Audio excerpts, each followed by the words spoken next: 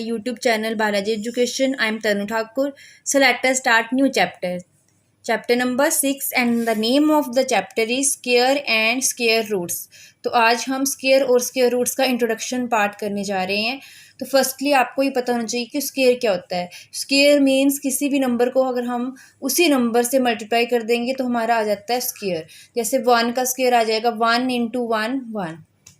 2 का स्क्वायर करेंगे तो हम 2 को मल्टीप्लाई कर देंगे 2 से, 2 2 ज़ा 4। 3 का square 3 into 3 is equal to 9। 4 का स्क्वायर हम 4 को 4 से मल्टीप्लाई कर देंगे तो 4 4 ज़ा 16। सेम 5 का स्क्वायर 5 इंटू 5 25।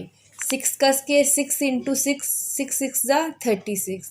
7 का स्क्वायर 49। 8 का स्क्वायर 64। 9 का स्क्वायर 81 एंड 10 का स्क्वायर 100। तो ऐसे हम स्क्वायर्स जो हैं वो निकाल सकते हैं। बट जो ये नंबर है, ये वाले जो नंबर आए हैं 1 4 9 16 25 36 49 64 81 और 100, इनको हम बोल सकते हैं स्क्वायर नंबर और परफेक्ट स्क्वायर। क्या बोलते हैं इनको हम? स्क्वायर नंबर और परफेक्ट स्क्वायर। किस किस को बोल सकते हैं? जो ये मल्टीप्लाई करने के बाद हमारे नंबर्स आए, जैसे 1 4 9 16 25 36 49 64 81 और 100, ये है हमारे स्क्वायर नंबर और परफेक्ट स्क्वायर। ये तो हो गया हमारा स्क्वायर। अब स्क्वायर रूट। स्क्वायर रूट क्या होता है? जैसे हमने ये 2 का स्क्वायर फाइंड आउट किया तो 2 का स्क्वायर आ गया 4।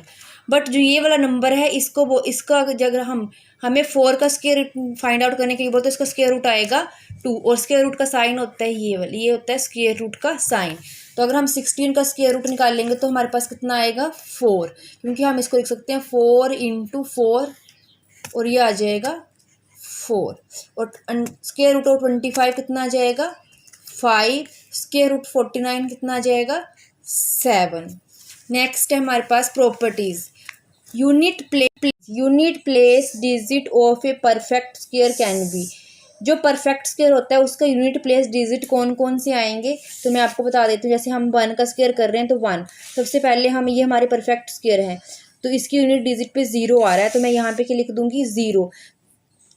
अब और देख लेते हैं हम इसके बाद और क्या आ रहा है। 1 भी आ रहा है यूनिट प्लेस पे तो यहाँ हम 1 लिख देंगे। 1 के बाद 2 कहीं नहीं है, 3 भी कहीं नहीं है, 4 आ रहा है तो हम 4 लिख देंगे। 5 भी है यहाँ पे तो हम 5 लिख देंगे। 6 भी है तो 6 लिख देंगे।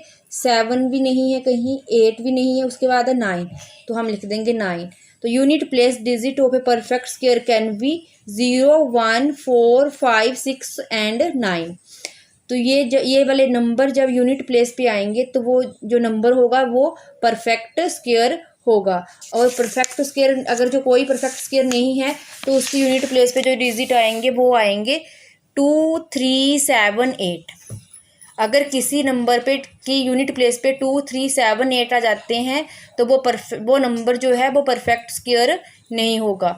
और साथ में और नंबर 0, और अगर और नंबर ऑफ जीरोज आ जाते हैं तो भी वो नंबर परफेक्ट स्क्वायर नहीं होगा। जैसे 10 है, यहाँ पे जो 0 है वो ओड नंबर में है, 1 0 है, 1 क्या होता है ओड नंबर, तो ये 10 जो है वो परफेक्ट स्क्वायर नहीं है। उसके बाद मैं ले लेती हूँ 1000। इसमें कितनी 0 है 1 2 3, तो ये जो नंबर है ये भी परफेक्ट स्क्वायर नहीं है। सपोज अगर हमारे पास क्वेश्चन आ जाता है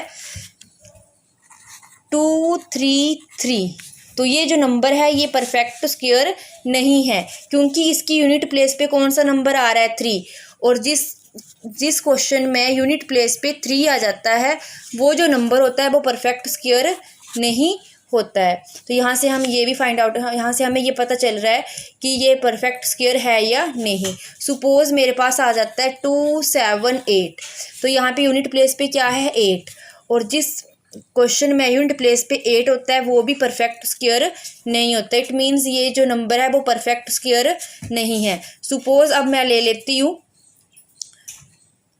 64, तो यहाँ पे मेरे पास यूनिट प्लेस पे क्या आ रहा है 4, और जहाँ पे 4 यूनिट प्लेस पे आता है वो परफेक्ट स्क्वायर होता है। तो ये वाला नंबर जो है ये परफेक्ट स्क्वायर है। यहाँ से हमें ये क्लियर हो गया।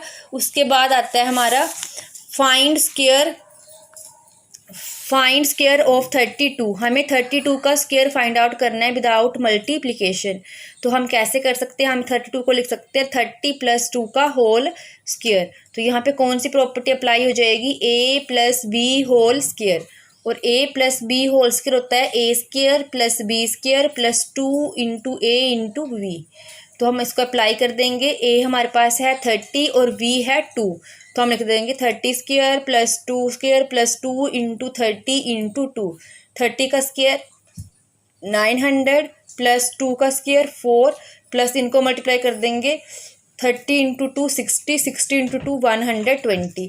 जब हम इन तीनों को प्लस करेंगे तो हमारा आंसर आ जाएगा 1024। तो हम इस मेथड से भी स्क्वायर फाइंड आउट कर सकते हैं।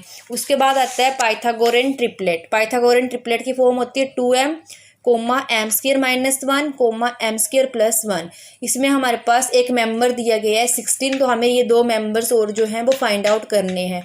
ये एक m की वैल्यू नहीं है, ये ट्रिपलेट की एक मेंबर की वैल्यू, यानी कि 2m की कंप्लीट वैल्यू है ये।